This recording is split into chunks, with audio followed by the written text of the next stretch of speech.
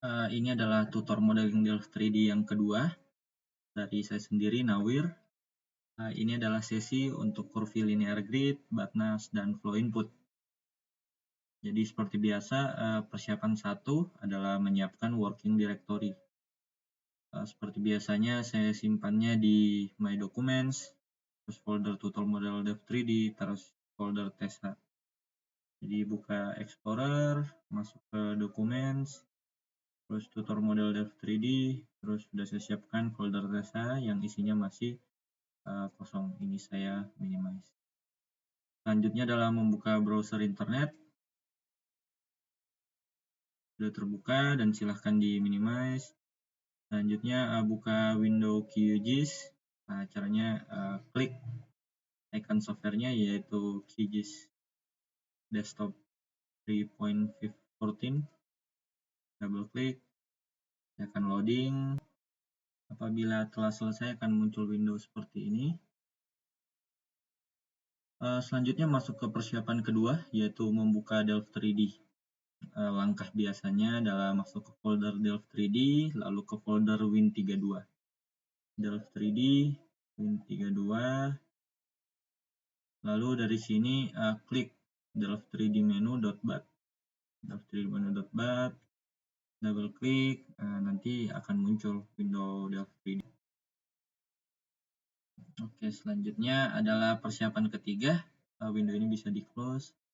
Membuka Delft Dashboard. Pertama buka folder Delft Dashboard, terus masuk ke folder bin. Delft Dashboard, double klik.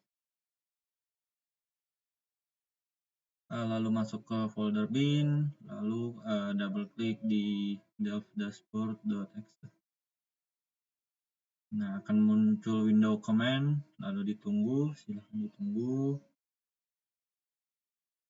Nah, ini sedang Delft Dashboard-nya sedang load atau mengakses semua open data yang disediakan oleh DeltaRes atau Delft Dashboard. Sebelumnya, di video sebelumnya kita sudah buat model instan melalui Delft Dashboard dan kali ini kita akan coba membuat model secara semi manual atau semi automatic dari tools Delft 3D dan juga Delft Dashboard. Jadi windownya mungkin saya sesuaikan dulu agar bisa bersampingan dengan alatnya. Akan muncul window Delft Dashboard. Nah, studi kasusnya masih di lokasi yang sama, yaitu di Jakarta, dan kali ini kita menggunakan grid kurva linear. Yang Delft Dashboard ini, grid yang dihasilkan biasanya disebut grid rectilinear.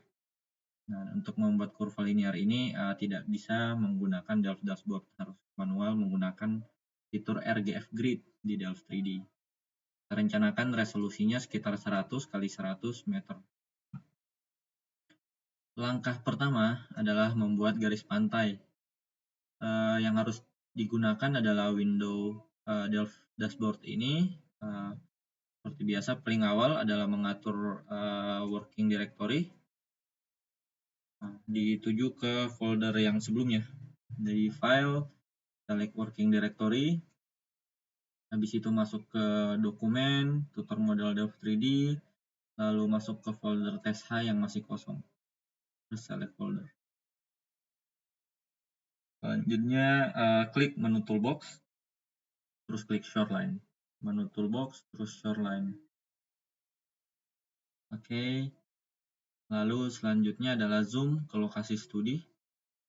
Lokasi studi kita di Jakarta, bisa di drag, ditarik. Terus kita tarik sekali lagi. Seperti ini kira-kira.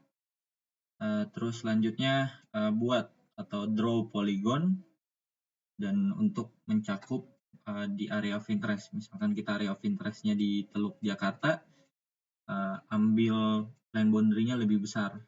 Misalkan saya ambilnya dari Banten, Kepulauan Seribu, hingga Jawa Barat. terus di akhirnya bisa double klik. Nah, lalu setelah itu klik export. Berikan nama misalkan Jakarta LDB, klik save, terus buka folder directory dan cek file.ldb. Nah, saya tadi belum close ininya, foldernya.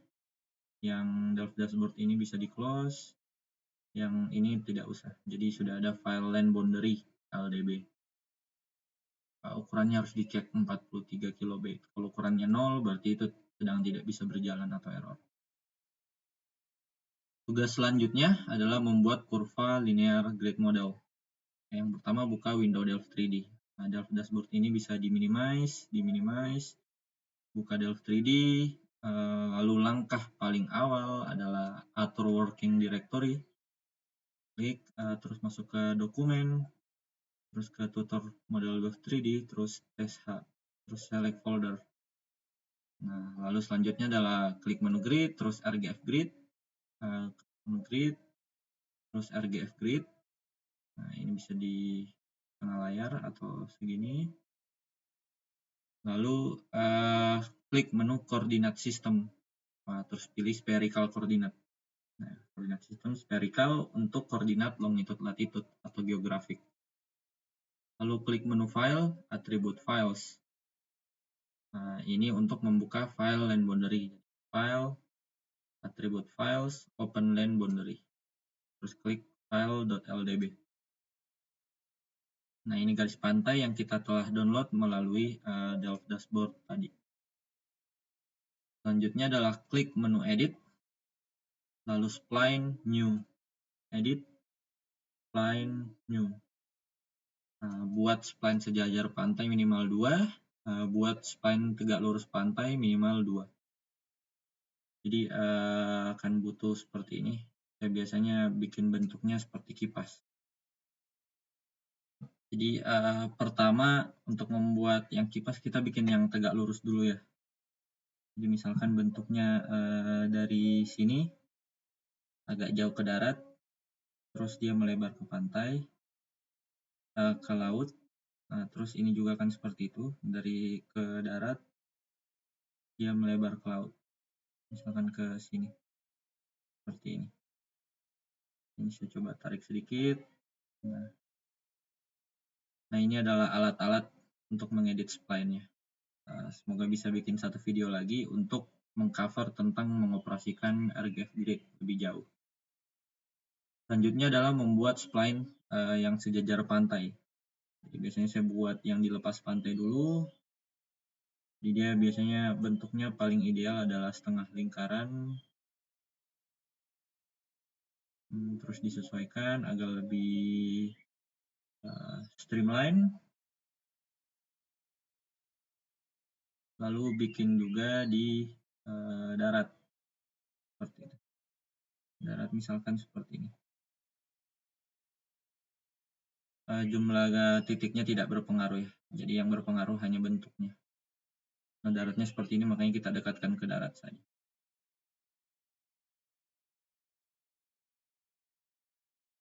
Oke. Dan sepertinya yang tegak lurus ini masih lebar, kita buat dia lebih mengarah ke darat.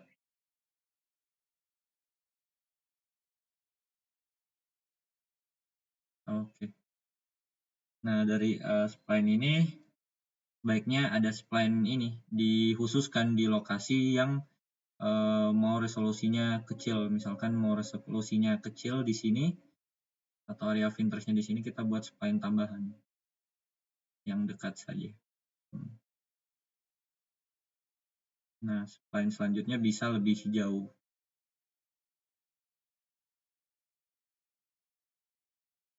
Nah, kira-kira jadi bertahap dari yang halus, yang sedang, yang kasar. Begitu juga untuk memanjang, kita buat juga kan areanya di tengah sini, kita Tanjung Priok. Nah, kita bikin lapisan khusus atau layer spline khusus. Nah,